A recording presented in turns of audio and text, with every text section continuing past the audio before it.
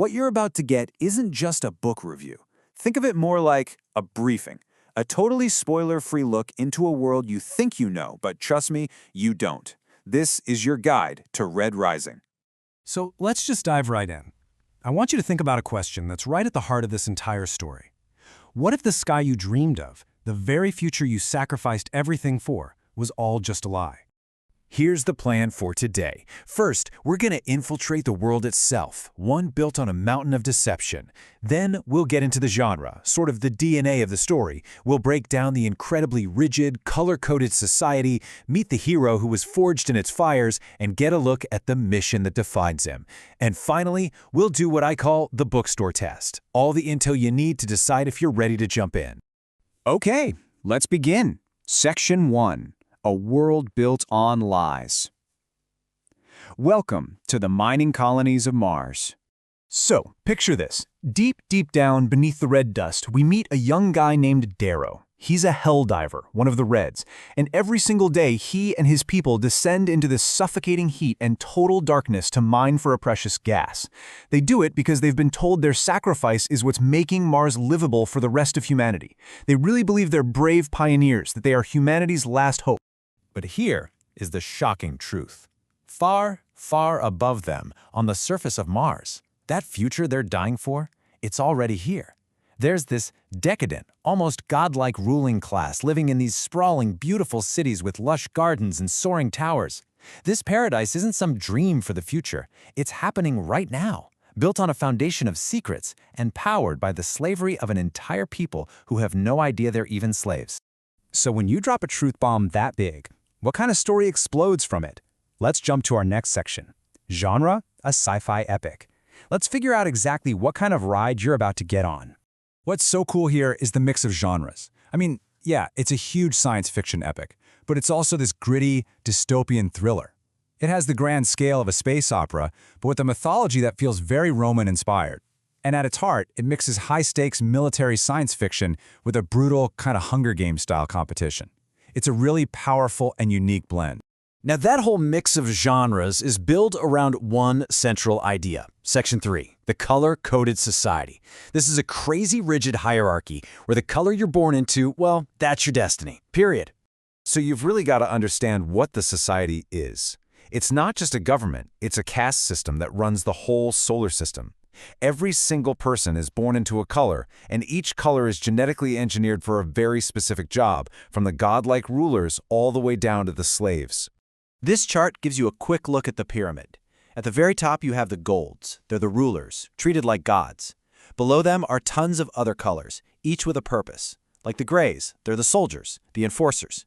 Or the coppers, they're the bureaucrats. And way, way down at the absolute bottom, you find the reds, the laborers, the slave. Let's just focus on the Reds for a minute.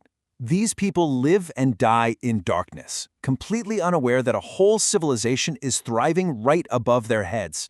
They genuinely believe they're pioneers, that their suffering has a noble purpose for all of humankind.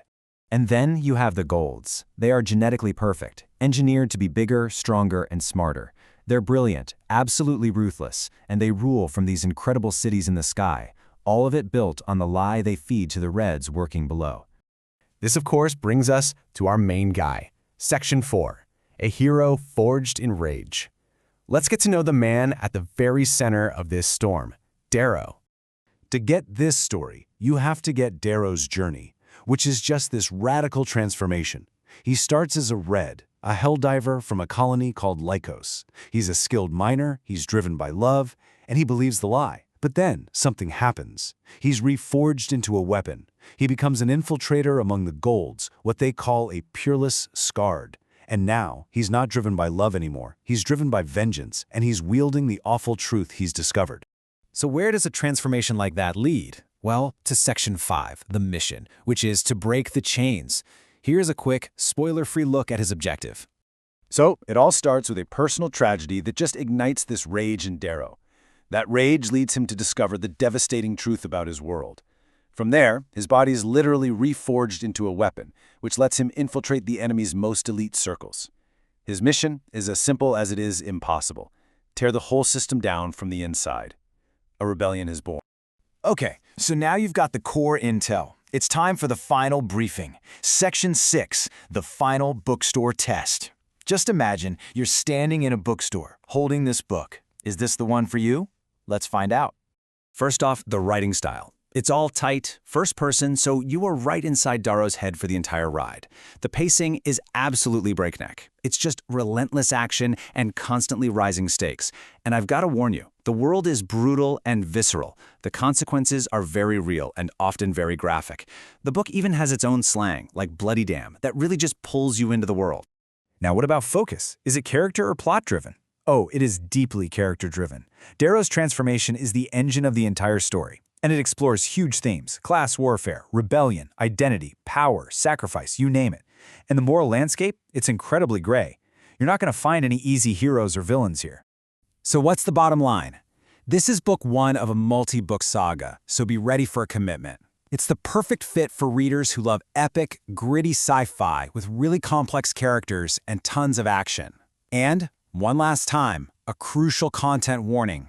This book has significant and graphic violence. It absolutely does not pull its punches.